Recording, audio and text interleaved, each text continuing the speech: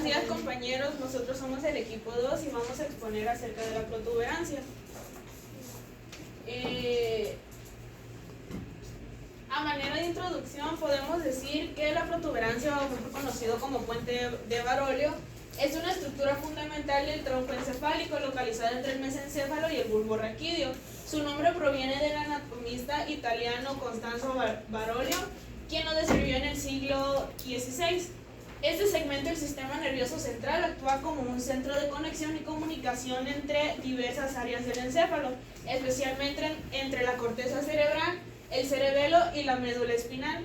Además contiene núcleos importantes de varios nervios craneales, que a continuación se los mostraré, y participa en funciones vitales como el control motor, la sensibilidad facial, la audición, el equilibrio e incluso en procesos como la respiración y el sueño. Por su complejidad y su relevancia clínica, el estudio del puente es esencial para comprender cómo el sistema nervioso coordina respuestas motoras, sensoriales y autónomas. En este trabajo vamos a explorar acerca de su anatomía, funciones, relaciones y su importancia clínica. Ok, comenzando con su ubicación. Esta se va a encontrar en la superior a lo que es el puente de... Ok, va a estar entre lo que es el mesencéfalo por encima y la médula oblongada por debajo. El puente de Barolio va a quedar en la zona media. Tiene de longitud, mide 2.5, no es un área muy grande, pero es una de las más importantes. Este va a encontrarse en el metencéfalo y va a estar conectada a hemisferios cerebelosos por pedúnculos cerebelosos medios. Y también tiene una relación funcional que es comunicación con la corteza y el cerebelo.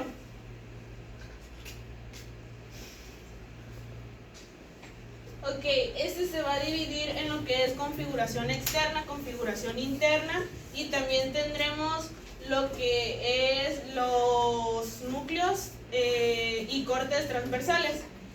Comenzando con la configuración externa, este se va a dividir en cara ventral y en cara dorsal. En la cara ventral vamos a encontrar que esta va a ser convexa lateralmente. Esta va a tener lo que es el surco basilar, que de aquí va a salir, como su nombre lo dice, la arteria basilar. Tendrá fibras transversas, que estas van a formar los pedúnculos cerebelosos medios, y van a tener emergencia del nervio trigémino, y de aquí va a salir lo que es la raíz motora, que va a ser a nivel medial, y la raíz sensitiva, que va a ser a nivel lateral. Va a tener lo que se le llama el surco bulbopontino, que aquí tendremos emergencias de los nervios abducen, facial y vestíbulo coclear. Y en la cara dorsal, esta se va a formar la mitad superior del cuarto ventrículo. Esta va a tener una forma más triangular, como lo pueden ver en la imagen, y va a estar limitada por los pedúnculos cerebelosos superiores. Tendrá una eminencia medial a cada lado del surco medio. El colículo facial va a estar formado por fibras del nervio facial, que va a rodear lo que es el núcleo del nervio abducens. Este va a tener una sustancia ferruginosa, que serán células pigmentadas de gris azulado. Tendrá un área vestibular sobre los núcleos vestibulares. Incluso aquí vamos a encontrar también que en la cara dorsal vamos a tener lo que será un espacio, que este mismo espacio va a tener lo que será va a estar lleno como de líquido cefalorraquídeo. Incluso más adelante se los voy a mostrar. Bueno, ahora en cuanto a configuración interna, lo que les mostré anteriormente fue la configuración externa. Ahora vamos con la configuración interna. Aquí vamos a tener lo que es la porción basal, o sea, la configuración interna la podremos conocer también como la porción basal o la base pontina, perdón. Esta va a tener fibras corticoespinales y fibras corticonucleares. Vamos a tener también los núcleos pontinos, que estos nos van a dar el control del movimiento y comunicación con el cerebelo. Vamos a tener también fibras transversales pontinas, que estas nos van a dar en realidad lo que son los también tendremos lo que es el pedúnculo cerebeloso superior, que estará posterolateral al núcleo motor, y tendremos también lo que es el lemnisco medial, lateral y espinal, que van a estar en la misma posición que en el corte inferior. Y en cuanto a relaciones anatómicas, tendremos que superiormente tendremos al mesencéfalo y a pedúnculos cerebrales. Inferiormente tendremos lo que es el bulbo raquídeo y parte de las pirámides. Anteriormente tendremos lo que será la arteria basilar y la fosa prepontina, que este va a ser el espacio lleno de líquido cefalorraquídeo. Tendremos posteriormente al cerebelo y al cuarto ventrículo. Y también tendremos el ángulo pontocerebeloso del nervio facial y vestíbulo coclear, que este va a ser como que la zona clínica más importante, ya que aquí vamos a encontrar una de las anomalías más comunes aquí en el puente de Barolio, que serán los neurinomas del acústico, que estos en realidad tienen otro nombre como esguanoma vestibular, que en realidad van a ser como que pequeños tumores que se van a desarrollar en las fibras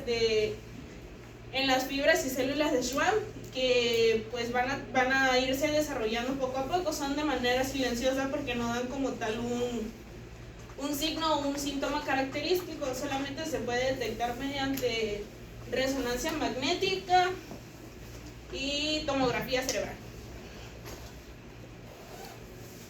Vamos a encontrar en sus límites topográficos a un límite rostral, uno caudal y uno lateral. En el límite rostral tenemos a la médula oblongada, en el caudal al cerebro medio y en límite lateral a los pedúnculos cerebelosos medios. Ahora sí, entrando a los núcleos, vamos a tener un núcleo parabraquial. En los límites topográficos vamos a encontrar un límite rostral, un límite caudal y un límite lateral. En el límite rostral encontraremos a la médula oblongada, en el límite caudal al cerebro medio y en el lateral a los pedúnculos cerebelosos medios. Entrando a los núcleos tendremos al parabraquial. Este se va a encontrar al nivel del istmo en el puente dorsolateral. Se va a encontrar entre el pedúnculo cerebeloso superior y el lemnisco lateral. Va a ser una estación sináptica de vías gustativas que va a contener neuronas de catecolamina y neuromelanina. Va a tener una subdivisión lateral y medial. Va a contener fibras que van a conectarse con el hipotálamo, amígdala, la estría terminal y núcleos del tallo cerebral, incluidos el núcleo del fascículo solitario y el núcleo del rafe dorsal.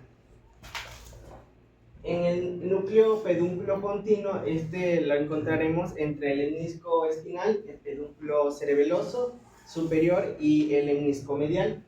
Este nos va a ayudar a controlar conductas somáticas motoras y cognoscitiva, como la locomoción, el aprendizaje motor y el sistema de recompensa. Va a tener una aferencia cortical excitadora y una aferencia inhibidora. Esta pues nos va a emitir estas eferencias, como mencionamos, excitadoras, directas desde los ganglios basales y a los núcleos intralaminares del tálamo.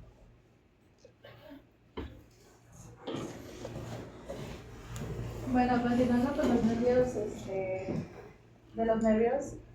de los pares craneales, perdón, tendremos estos 4 núcleos a nivel de la protuberancia. El nervio trigémino tendrá 2 núcleos, tanto el motor como el sensitivo principal, y pues ya sabemos que el motor es el responsable de la masticación, mientras que el sensitivo de la sensibilidad facial.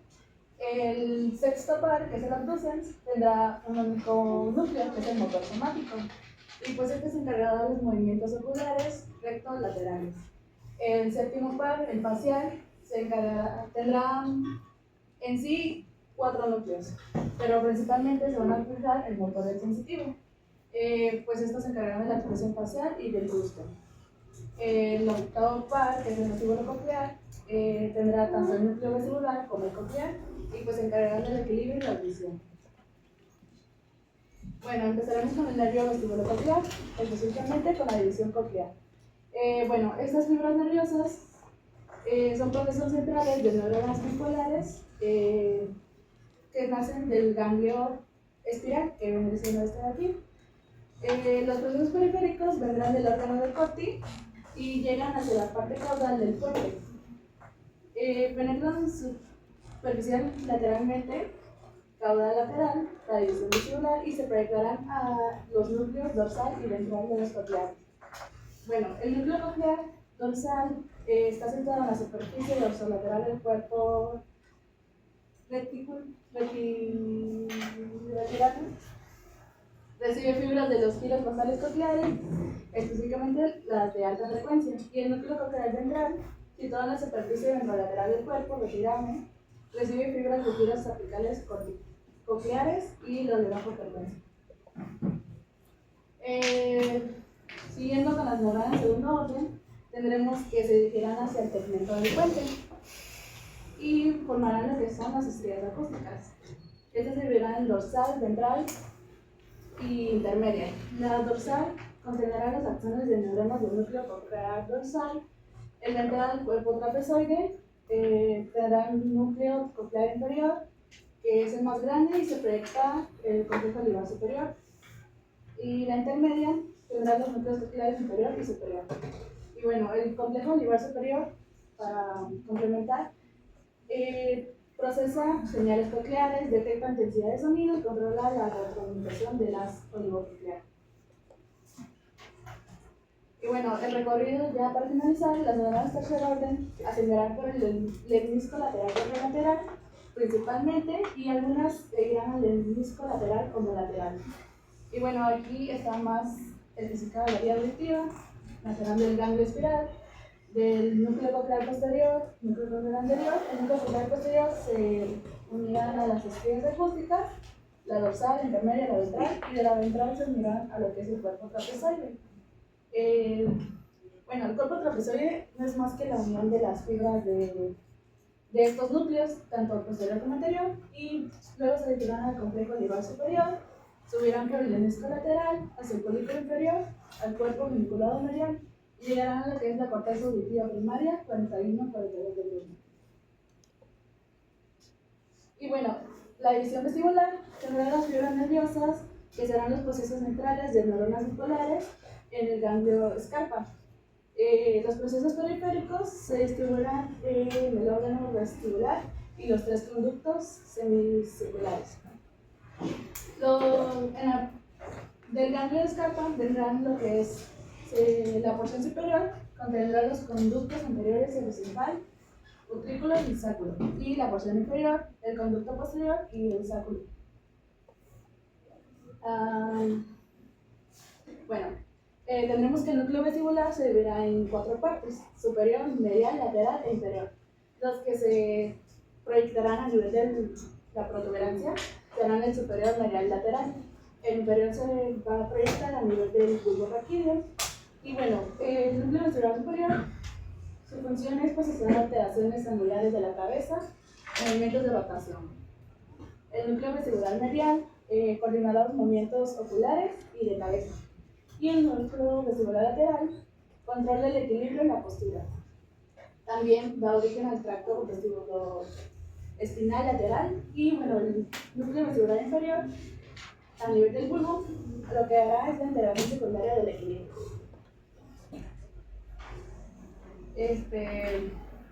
Bueno, empezaremos con el nervio facial. Componentes sensoriales. El núcleo sensorial tendrá las fibras exteroceptivas del oído interno. Los procesos periféricos de las neuronas en el ganglio geniculado irán hacia los procesos centrales, que se proyectarán en el núcleo espinal trigeminal. Y las fibras gustativas, que van a inervar los 2/3 anteriores de la lengua, tendrán las neuronas del ganglio geniculado. Y pues sus procesos periféricos llegarán a los botones gustativos de los 2/3 de la lengua. Su componente motor, las fibras motoras somáticas, músculos van a inervar lo que es los músculos de la presión facial y el estribo, se originarán en el núcleo motor facial del tegmento continuo. El núcleo motor lo que hará es este recorrido alrededor del nervio abducens. Este es lo que originará lo que es el colículo facial. Bueno, También tendremos que este núcleo se va a dividir en 3 partes: dorsal, ventral y lateral. Medio, perdón. El dorsal va a inervar los músculos faciales superiores, el lateral los músculos faciales inferiores y el medio el músculo que tiene el cuello y auriculares. Y bueno, también recibirá fibras de la corteza cerebral, ganglios basales, la oliva superior, el sistema trigeminal y el folículo superior.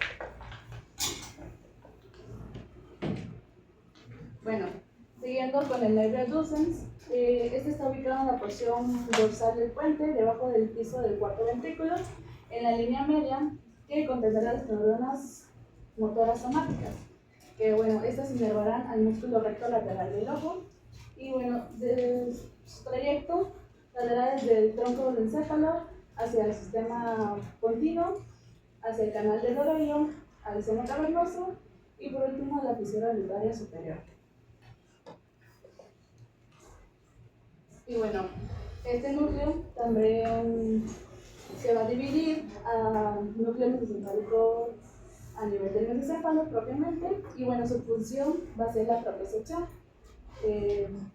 Va a inervar a los músculos masticadores, a los dientes y a la articulación temporomandibular.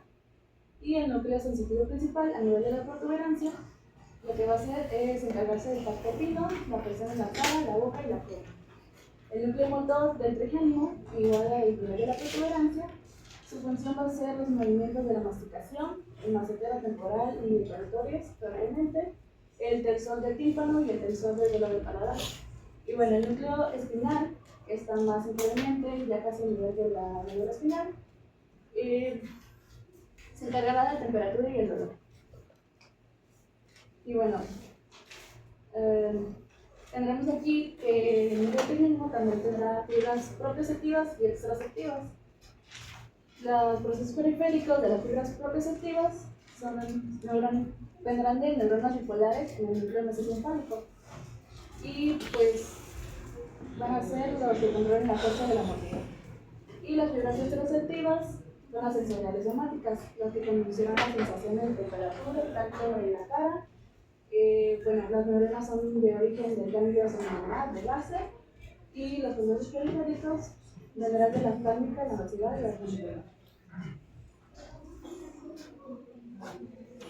Y bueno, también tendrá la que es una raíz referente. Su origen está en el núcleo motor del trigémino, de la protuberancia propiamente. Saldrá y emitirá las fibras motoras que emergen junto a la raíz sensitiva y dará paso a la raíz motora rodea y no entra al ganglio trigeminal.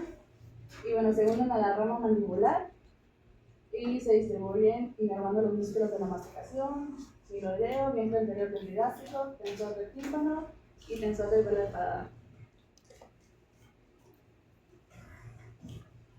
También vamos a encontrar conexiones aferentes y eferentes en la protuberancia, teniendo primero una conexión aferente que va a salir desde la médula espinal, especialmente los tractos ascendentes o tractos sensitivos. Vamos a encontrar al lemnisco medial y los tractos espinotalámico, el tracto espinotalámico. Este lemnisco medial nos va a llevar tacto fino y propiocepción consciente, mientras que el espinotalámico nos va a conducir dolor, temperatura y tacto burdo.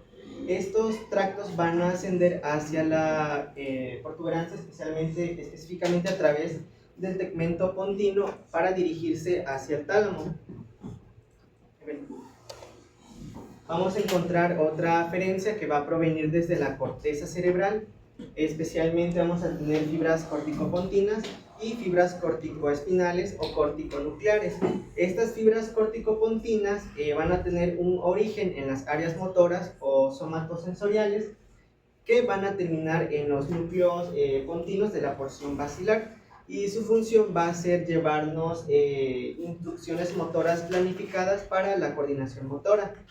Estas fibras corticoespinales y corticonucleares pues van a tener un origen en la corteza motora primaria, que van a pasar por la protuberancia de manera descendente sin hacer sinapsis, y en algunos pues se relacionan con los núcleos craneales. En su función nos va a transmitir comandos motores hacia la médula espinal o hacia los núcleos motores de nervios craneales.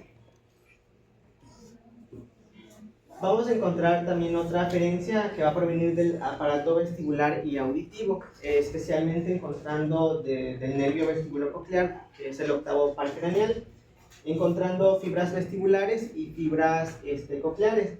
Estas vestibulares, pues respectivamente, pues van a llegar hacia los núcleos vestibulares y los cocleares, pues hacia los cocleares, específicamente al ventral y dorsal. Van a tener una función de procesar información sobre el equilibrio, sobre el sonido y la posición espacial. En esta imagen podemos ver cómo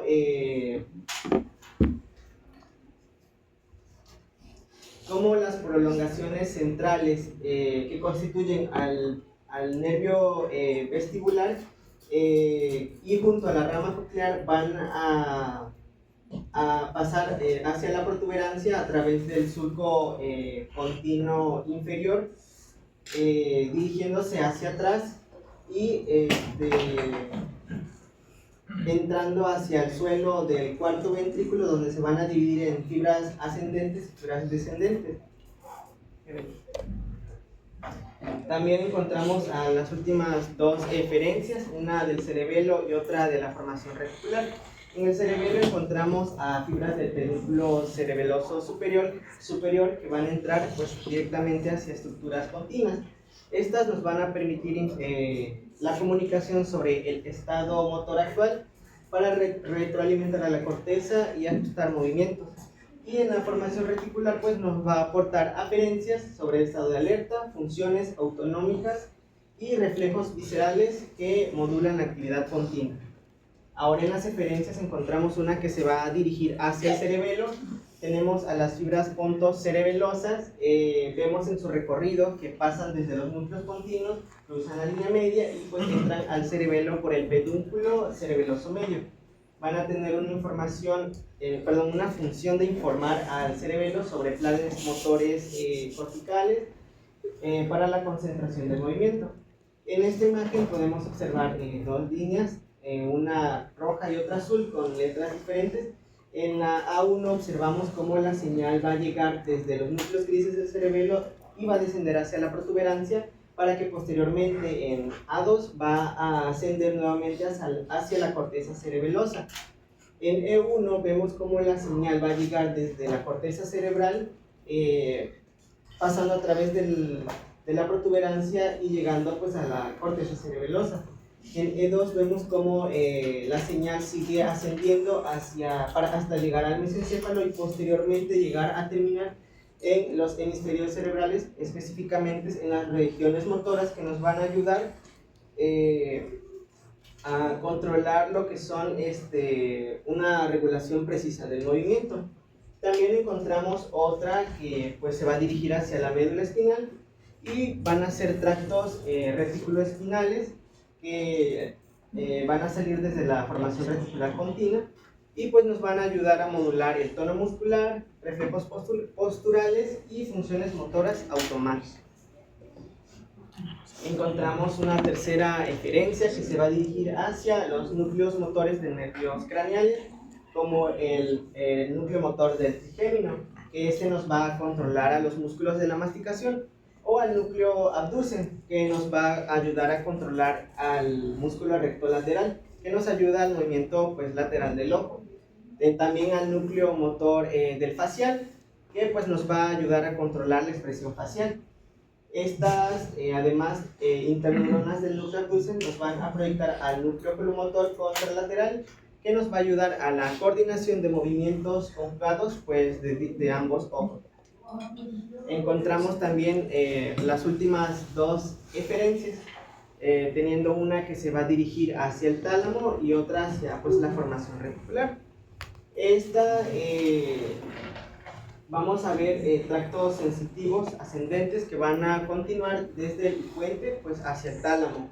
Encontramos al menisco medial que se dirige hacia el tálamo, especialmente al núcleo ventral posterolateral, y al menisco lateral, que nos va a ayudar a la audición, dirigiéndose hacia el folículo inferior, posteriormente al cuerpo geniculado medial, para llegar a terminar a la corteza auditiva.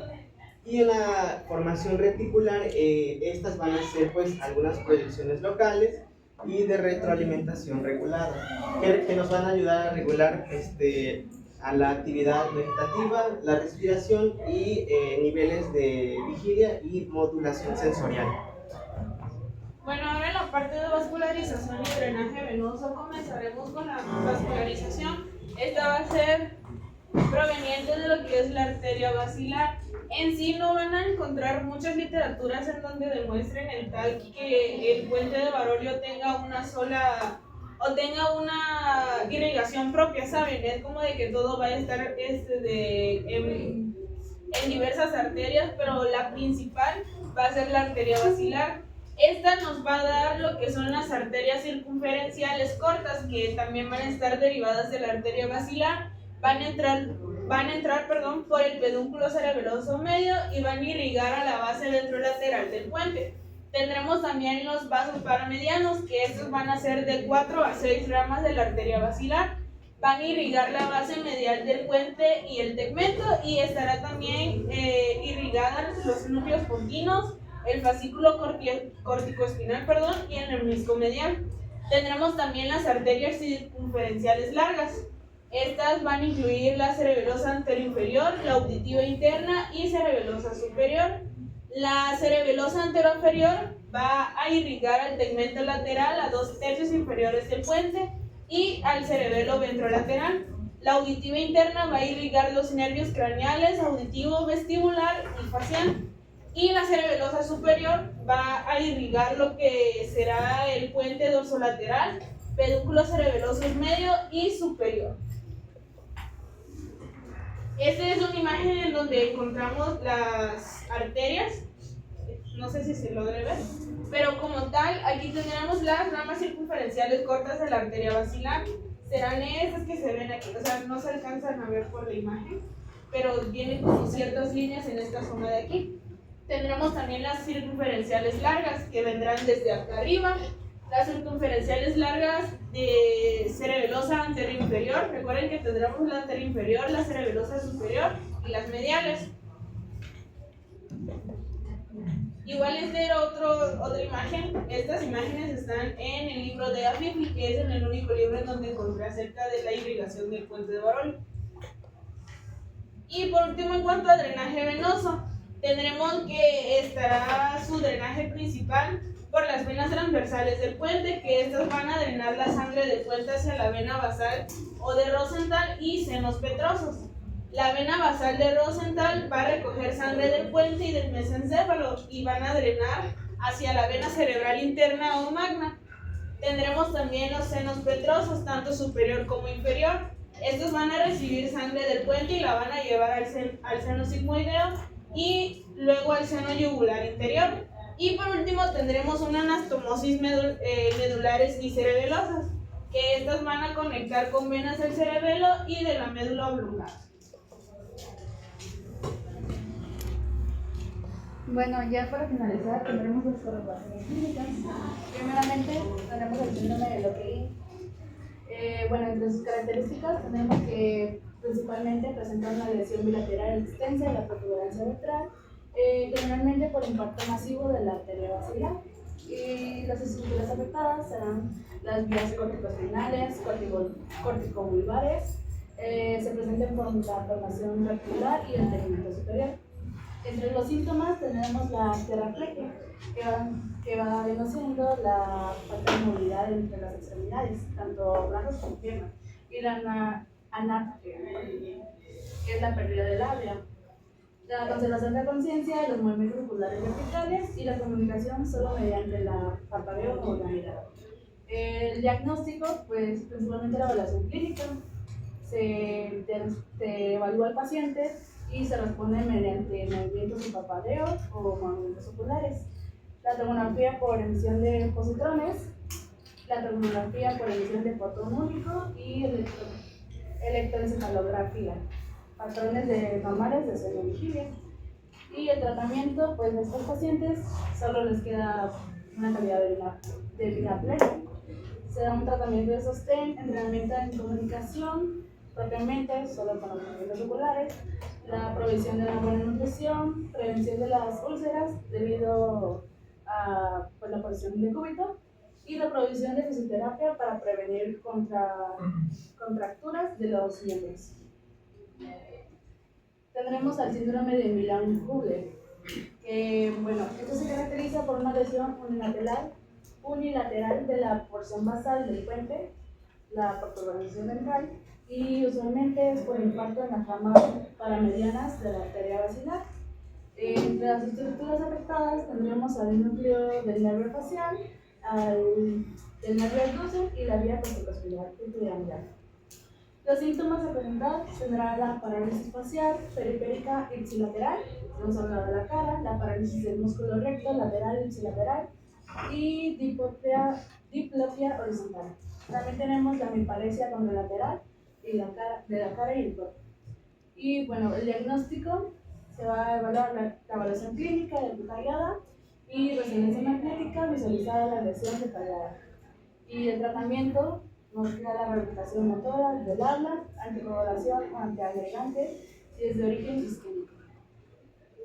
El síndrome de Fowler. Las características principales de esta lesión, se presenta en el tegmento continuo dorsal y se deberá al impacto en ramas perforantes de la arteria basilar. Y entre las estructuras afectadas tendremos al núcleo abducens, al núcleo facial, la formación reticular, paramediana continua, el menisco medial y las fibras corticospinales. Los síntomas: parálisis del nervio abducens facial ipsilateral, parálisis de la mirada horizontal conjugada hacia el lado de la lesión, hemiparesia contralateral, ataxia si afecta a las fibras pontocerebelosas. Y el diagnóstico, la evaluación clínica antes neurológica detallada, resonancia magnética cerebral, visualizará la lesión continua y el año de resonancia magnética si se sospecha de evento isquémico.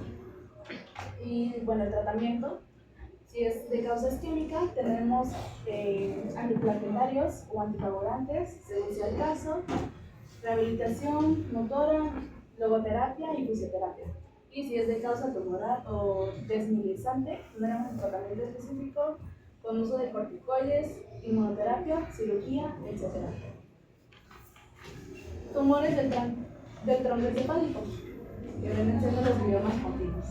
Estos tumores se desarrollan a nivel del puente, más comunes entre niños de 5 a 10 años de edad, como el glioma continuo intrínseco del físico. Y estos representan el 10 al 20% de los tumores del sistema nervioso pediátricos. Y su clasificación se van a encontrar en difusos, focales y exofílicos. Los difusos son los más frecuentes y se infiltran extensamente en tejido continuo. Los focales son los menos comunes y estos deberán crecimiento más localizado.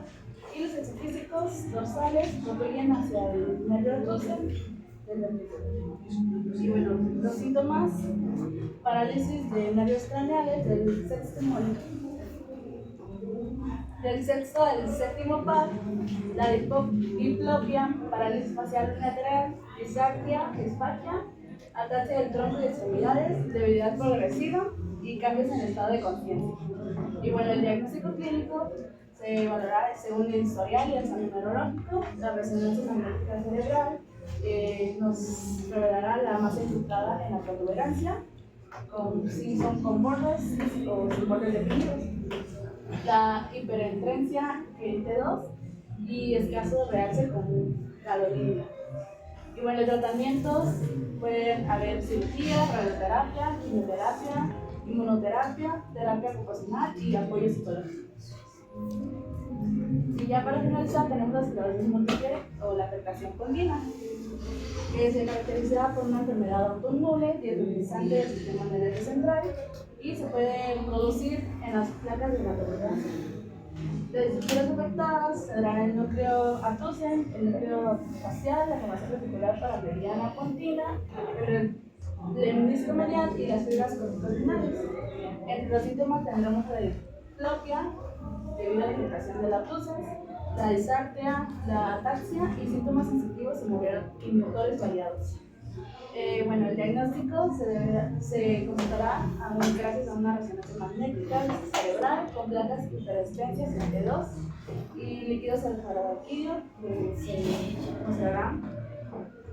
Bueno, y el tratamiento se llevará gracias a los corticoides inhibitores, inmunomoduladores y fisioterapia, terapia ocupacional, tratamiento de fatiga ocupacional, nutrición, etc.